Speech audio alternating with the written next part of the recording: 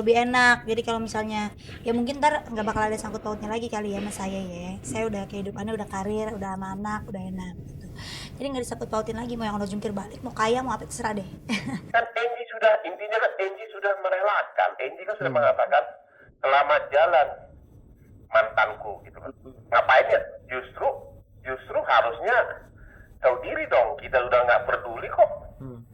Mau cerai silakan gitu loh.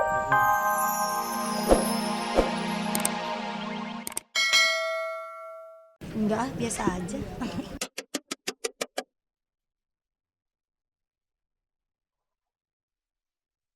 Seperti itulah ekspresi Ayu Rosmalina seusai jalani sidang perdana perceraiannya kemarin pagi yang tak dihadiri oleh Enji. Lantas kecewakah Ayu lantaran ia harus menunggu selama 2 pekan ke depan untuk bisa segera mensyahkan statusnya sebagai seorang janda? Dan benarkah jika Ayu kini sudah membuka hatinya untuk seorang lelaki yang bisa menerima ia apa adanya? Saya nggak menutup diri untuk siapapun gitu ya. Saya kan bukannya perempuan munafik. Tren gugat-menggugat cerai seolah sedang marak di kalangan selebriti negeri ini. Sebut saja Vena Melinda dan Ivan Fadila yang akhirnya sah menyandang status sebagai janda dan duda hingga gugatan cerai Susi, istri komedian Ginanjar. Terlibat perang dingin dan perang statement di media, apa yang membuat Farhad Abbas dan Ilal Ferhan duduk bersama? Benarkah bertemunya Farhad dan Ilal ini lantaran Ilal sudah gerah dengan segala pernyataan Farhad? Rayakan ulang tahun ke-45, benarkah jika anak Hermansyah ditagih soal adanya momongan? Pemirsa, simak keseluruhan kabar tersebut hanya di Celeb on Cam.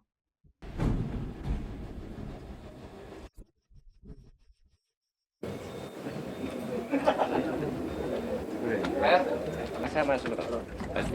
Fit. Yuk, Tika mana Tika? pengacara saya.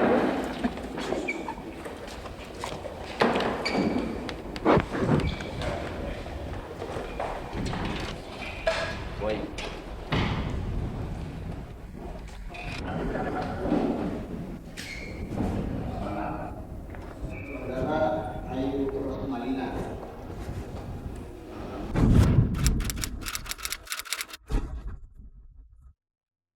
Ayu Rosmalina atau populer dengan panggilan Ayu Ting Ting nampak sumringah begitu keluar dari ruang sidang usai menjalani proses sidang perdana perceraiannya dengan Henry Baskoro Hendarso atau biasa disapa Enji di Pengadilan Agama Kota Depok kemarin.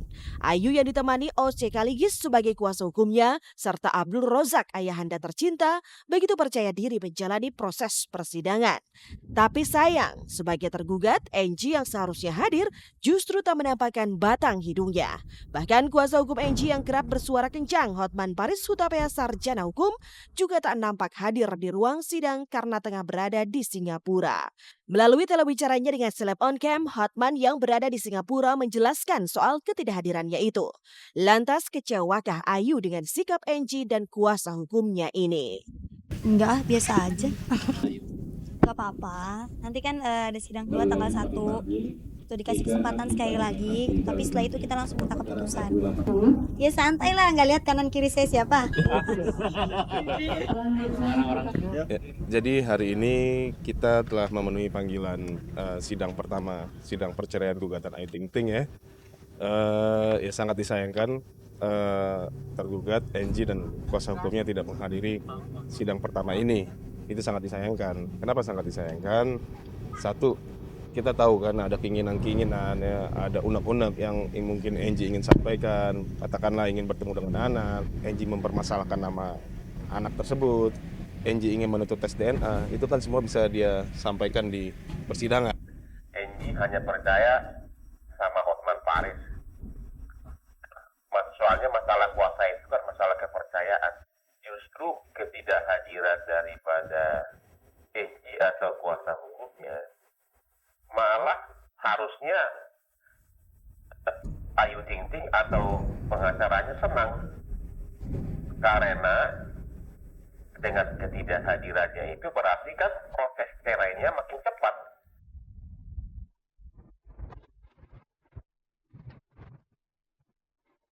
Ketidakhadiran Angie memang sudah bisa ditebak. Pasalnya, sejak awal kuasa hukum Angie meyakini jika mereka akan mempermulus niat Ayu untuk segera menjanda. Namun Angie yang gembar-gembor soal pengajuan tes DNA bagi kejelasan status anaknya seharusnya memilih menghadiri persidangan daripada mempercayakan kepada kuasa hukumnya. Kontan tak datangnya Angie ini justru menguatkan dugaan jika Angie tak memiliki nyali untuk bertemu dengan Ayu Ting Ting. Lantas, apakah benar jika sikap Angie ini dianggap sebagai pelecehan terhadap lembaga peradilan? Ya, bukan saya tukang ramal, saya bukan tukang tuduh, saya ikut aja acara. Pokoknya pengadilan memutuskan dipanggil lagi, saya hormati. Udah itu aja, kita mengikutin aja. Itu mah urusannya dia, bukan urusan saya. Urusan saya mah yang penting saya datang, saya disuruh datangnya saya datang, saya menghargai, dan saya minta cepet putuskan. Ah enggak, saya mah cuma pengen cerai, udah itu aja. Enggak banyak ngomong. Saya udah pengen cepet ketok palu, udah itu aja. Terserah mau gimana caranya juga.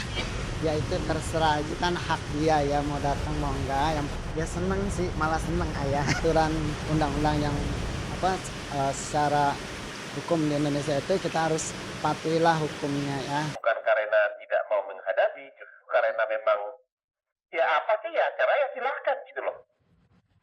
Kan sudah dikasih izin.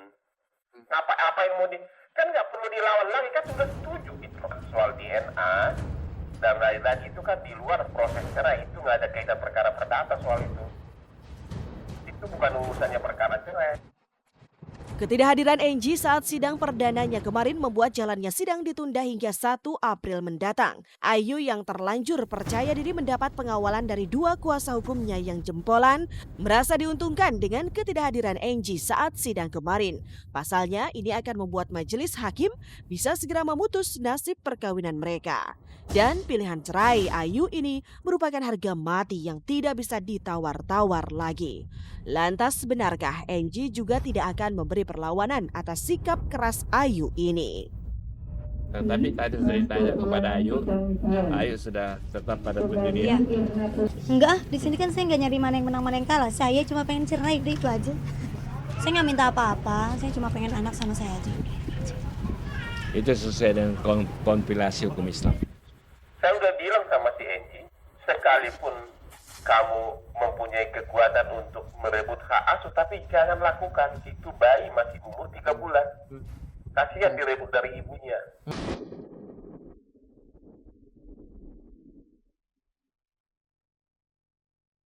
Bagi Ayu, sidang perceraiannya ini tidak hanya sekedar soal dirinya akan menyandang status janda dan melegalkan soal perpisahan dirinya dengan Angie. Tapi lebih pada rasa kebebasan Ayu yang ibarat pepatah, akhirnya ia bisa keluar dari mulut harimau. Enak aja, udah lega lah gitu. Lebih enak, jadi kalau misalnya ya mungkin ntar nggak bakal ada sangkut pautnya lagi kali ya sama saya ya. Saya udah kehidupannya udah karir, udah sama anak, udah enak gitu. Jadi nggak disangkut pautin lagi, mau yang udah jungkir balik, mau kaya, mau apa terserah deh. Kan Angie sudah, intinya kan Angie sudah merelakan. Angie kan sudah mengatakan selamat jalan mantanku gitu kan. Ngapain ya? Justru harusnya tahu diri dong. Kita udah nggak peduli kok. Mau cerai silakan gitu loh. Jadi ngapain ribut-ribut gitu loh. Ngapain dadenin sampai udah yang penting ntar lihat aja keputusan hasilnya, nggak usah banyak ngomong deh. Sebaik berkicau-kicau kayak mespat mulut kayak perempuan, kicau-kicau mulut.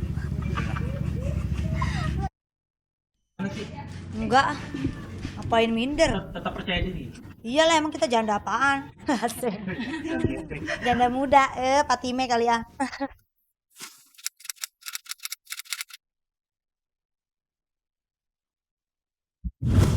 Sidang cerai perdana Ayu Ting Ting dengan Angie yang digelar kemarin di Pengadilan Agama Kota Depok merupakan babak baru sebuah proses perjalanan Ayu Ting Ting sebagai seorang single fighter. Terlepasnya Ayu dari Angie bukan tidak mungkin menyisakan beban karena ia harus membesarkan putrinya seorang diri tanpa dukungan suami. Ayu pun tidak mungkin mundur atas pilihannya ini. Bahkan sebagai bentuk jika dirinya sanggup menjalani hari-harinya seorang diri, tak jarang Ayu melontarkan sikap masa bodohnya terhadap Angie. Sikap terang-terangan Ayu yang tidak akan mendekatkan anaknya pada Angie ditanggapi dingin oleh Angie dan kuasa hukumnya. Sepertinya Angie dan kuasa hukumnya berlindung pada sebuah kenyataan tentang ikatan darah antara anak dengan ayahnya tidak bisa dipisahkan. Harus siap, sebenarnya sih siapa yang mau kayak begini kan, tapi emang udah resikonya ya udah jalanin gitu. Mungkin ini udah jalannya, ya udah lebih baik untuk kedepannya.